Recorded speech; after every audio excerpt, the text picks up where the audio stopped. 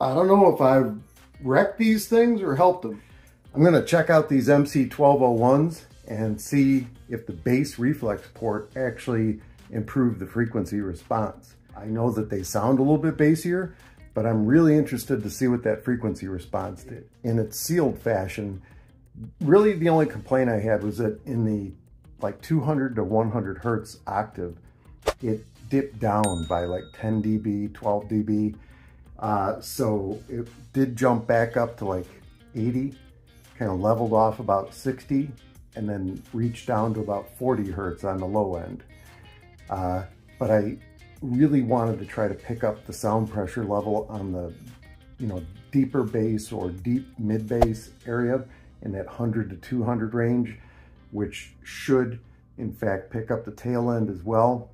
And then with the Bass Reflex port, I'm able to get a little bit more punch down low at the expense of a little bit deeper bass rolling off. But honestly, the way they sound, I think that they're plenty bassy. We'll measure them, see how they turn out, and then listen to them. I'm going to try to do an A-B comparison, and this will be a blind A-B comparison, so get your headphones out or turn on your, AVR or something like that.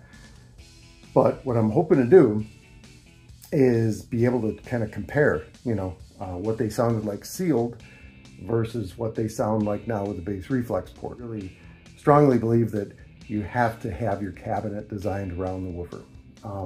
In my case, because I'm doing RestoMods, I'm trying to select woofers that accommodate the cabinet volume and then modify the cabinet accordingly, because I'm only going to get so close with the drivers, right? Like this driver here is Dayton DS215 8-inch. It's really, based on its parameters, it's really better suited to a vented enclosure. So I was running it sealed, but man, I'll tell you what, this is a stiff woofer anyway, but it was really tight when there was air behind it. So I'm sure that it was fighting a little bit. Anyway, let's get rolling. Comments down below. I'm sure it'll probably blow up with the ported versus not ported thing, but it's the nature of the beast. So in this exercise, this is nothing more than to figure out if I improved this particular speaker. This is exactly 2 feet away, just like I had it last time. And probably do a little bit better job of that, huh? Yep, pretty darn level, 24 inches on the nose.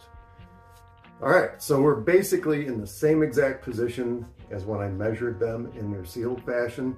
So I'm just gonna run another Dr. Mix sweep, which is Dr. Mix Test Your Speakers. I like it, it's a 2-minute long sweep. But that being said, that's how I measured it last time. So that would be better to compare it against. Maybe somewhere down the line, I'll actually bring out the good software and, measure them properly. But right now, do the Dr. Mix just to get an idea of what they're like now compared to what they were before sealed. Disconnect this speaker because I only want it coming out of that side. Let's find our Dr. Mix. All right, I think I'm going to try to set this down to what I think my box tuning is, which should be around 56 hertz, 54 hertz, something like that. I think I'm gonna go with 53 for the box tuning on this, just to have something there. It might be a little, I'm not sure. I think I might be tuned to about, say, 54 to 56 hertz. So that should be pretty close.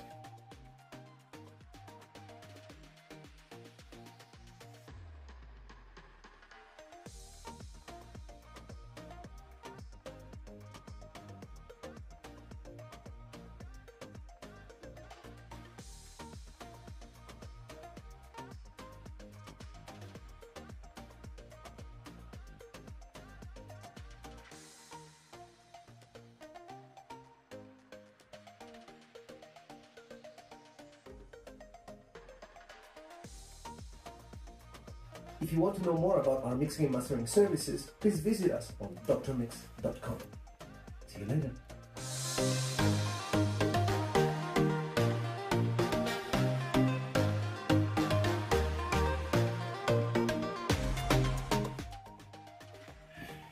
All right, well, that's pretty interesting.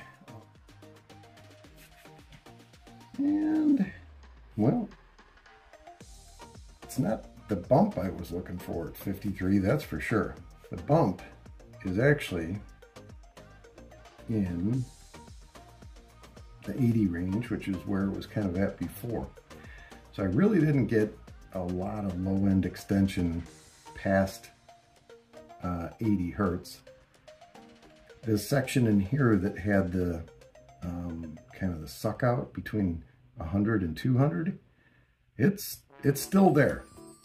I think that the Zobel network probably, I forgot to mention that when we started this, but I put a Zobel on the woofer, and you know, it does look like it's straightened up this area in here.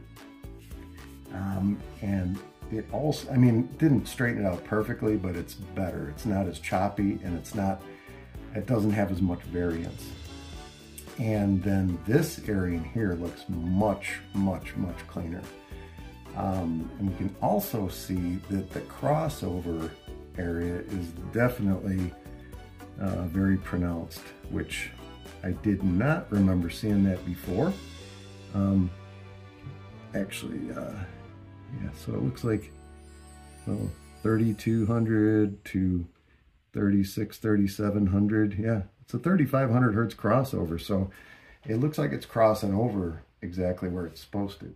And whether or not I can attribute that to the Zobel on the woofer, you know, cleaning this area up or not, I don't know. You know, the tweeter, I think that that's pretty respectable for a tweeter. But down here, this area I was really focusing on, trying to pick it up from 200 on back. On the upside, it definitely is within the same decibel range. So if I'm looking at, say, this -70 here, as kind of our datum, if you will, okay, where most of the sound pressure level is falling in, like the majority of it is along that line. So it looks like we're hitting, on that line, we're hitting, say, right about 70, yeah, like 70 hertz, give or take. And then it drops down to 10, it drops down 10 dB to 64, and it carries on that till about 47. So yeah, the calculations I used for the port, for the cabinet tuning, I think I tried to hit 48 hertz with it, but the thing is I'm using a precision port, and with that precision port calculator, it's a little bit different because of the flare size on it. So that should be tuned to about 54 hertz right now. Anyway, it looks like it's kind of in that range, you know, but I really, that bump there, that was there before, and it still is. Viewer who commented on that as well, that, you know, when it's in this range here, it's kind of, that's what they would consider boomy. And that I think that, you know, definitely out in the open like this, it's not so bad. But when you're up against the wall or near the wall or in the corner, they definitely do get boomy. But they do have that rear firing port. So anyway, well, there's the frequency response. I'll put them in there so that we can compare them side by side.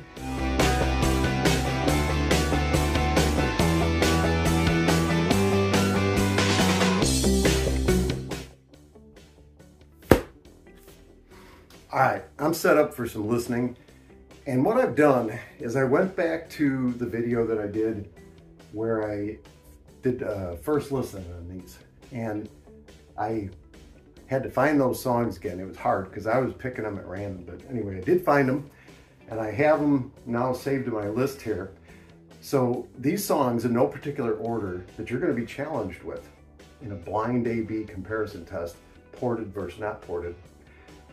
Gonna be Swag On, The Victory March, Jazz by Night, and Drums Make Me Dance. These are all from Epidemic Sound, and yeah, let's see if we can hear a difference.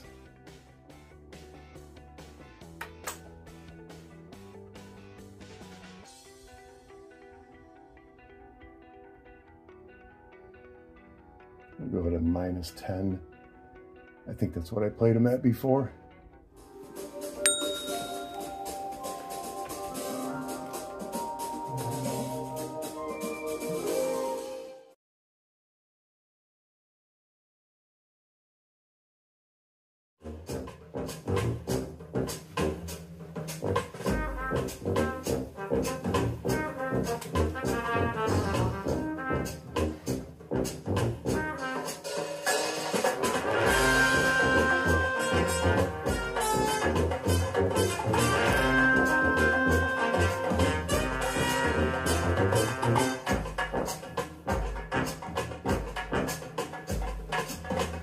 Wow, they're really detailed. That's nuts.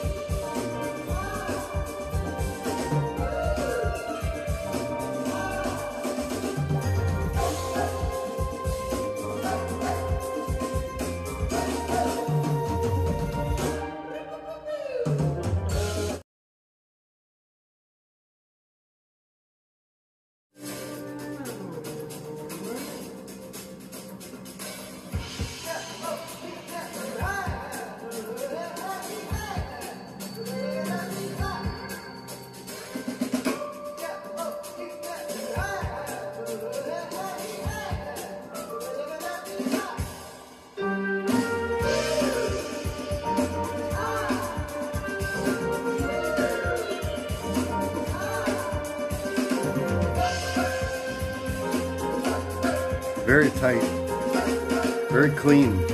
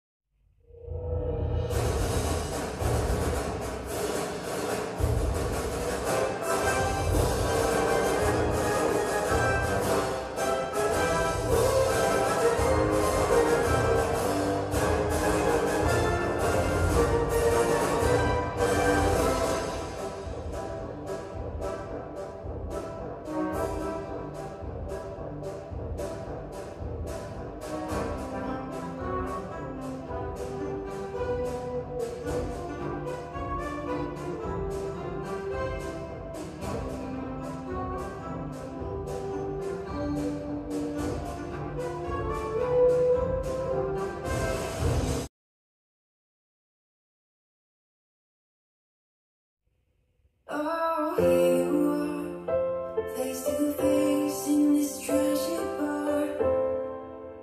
Another glass and I am going places. Makes me laugh about the irony of everything. I like the way you're thinking. I don't really care about the music on the dance floor.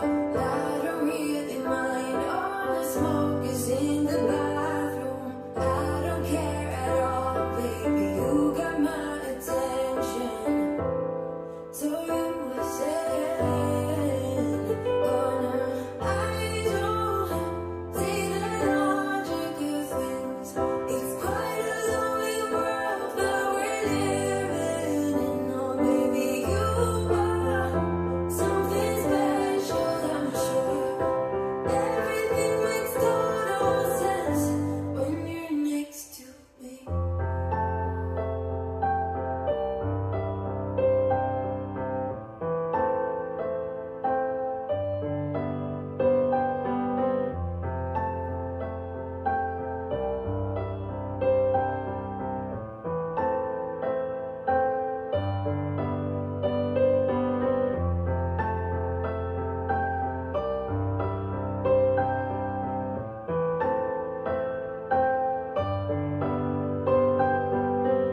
Okay, well, thanks for, going through that exercise with me.